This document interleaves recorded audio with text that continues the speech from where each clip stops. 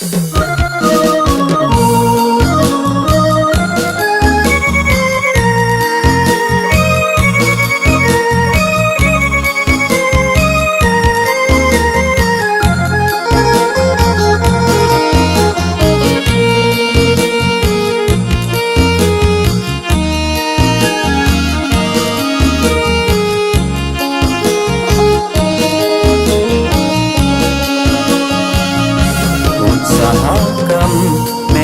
ขนงหนึ่ง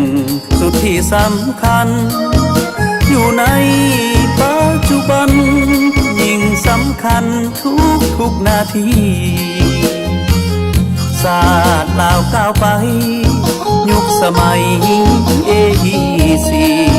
ประกอบส่วนอย่างสมศักดิ์ศรีเพื่อศาสตร์ทั้งมีเจริญวิไลพร้อมที่หับใส่เคียงคู่กันไปในทุกเวียกงานยืนอยู่บนหลักการร่วมมือประสานเพื่อนมิตรไกลๆประกอบเทคนิคอุตสาหกรรม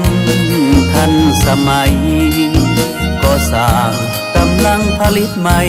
ส่องแปลงนำใสให้หาประกันศาสตร์เกียรติห้อง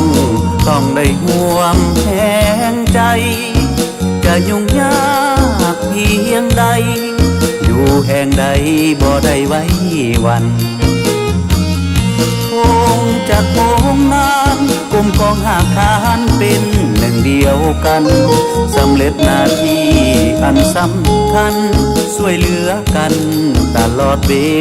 ลาก้าวเดินไปหน้าตามผักน้ำพาสลาดสองใสอุตสาหกรรมป้องกันศาสตร์ก้าวไปสู่จุดหมายข้างหน้า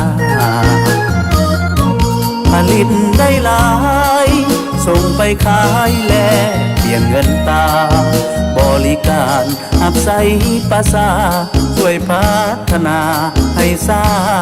สตร์เจริญ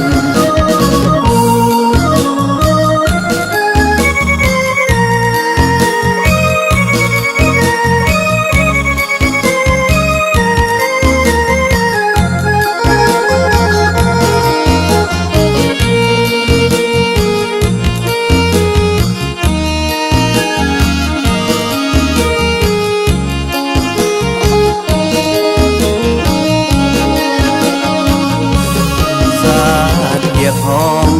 ต้องได้ห่วงแห่งใจจะยุ่งยากเพียงใดอยู่แห่งใดบ่ได้ไว้วันคงจะโค้งนานกลมกองหากฐานเป็นหนึ่งเดียวกันสำเร็จหน้าที่อันสำคัญช่วยเหลือกันตลอดเวลาก้าวเดินไปหน้าตามผักน้ำพาสลาดสองใสอุตสาหกรรมป้องกันศาสตร์ก้าวไปสู่จุดหมายข้างหน้าผลิตได้หลายส่งไปขายแลเปลี่ยนเงินตาบริการอับใสประสาช่วยพัฒนาให้ศาสตร์เจริ